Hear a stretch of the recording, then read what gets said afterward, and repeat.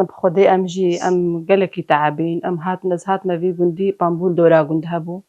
أتشوما بامبوا أم مالدة شغلي جيلك هبون ما خديت كرين شغلي مالي زاروك بون حتى ما ظن كرين في قاسي أم شغلين وأم تعبين يعني ما قالك تعداري ديته شغلي جندا الحمد لله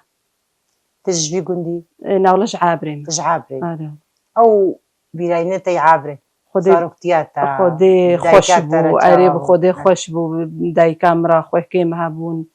ام بنت كاتشكبون وشار كركبون خدي عم صاغ بربي بافي مجي دجن انينا هاردو بيراكي ويش جندبون ما شاء الله اري والله هاردو بيراكيش جندبون يا ديجي هشت كاتشكو وشار كركبون ويجي امجي ابون وخدي جيانا ما جندي ورجي عابري جي خوشبو يعني هردو دايكي تجد مالك كده أوليد مالا كده بون تدي بريد غرفة بون وصالون وهركض غرفة كده بون باش ريدا بافين بيشيا قند بيشيا مالي خاني تشيكر جنبافان برويدي أنو وجيام يعني مات خيلي جنباب جيانوبو يانوبو أو جيام الجنبه وجنبافان بجي الحالي خو باش خو بافين تشو جنب جنبافان تشو جميانو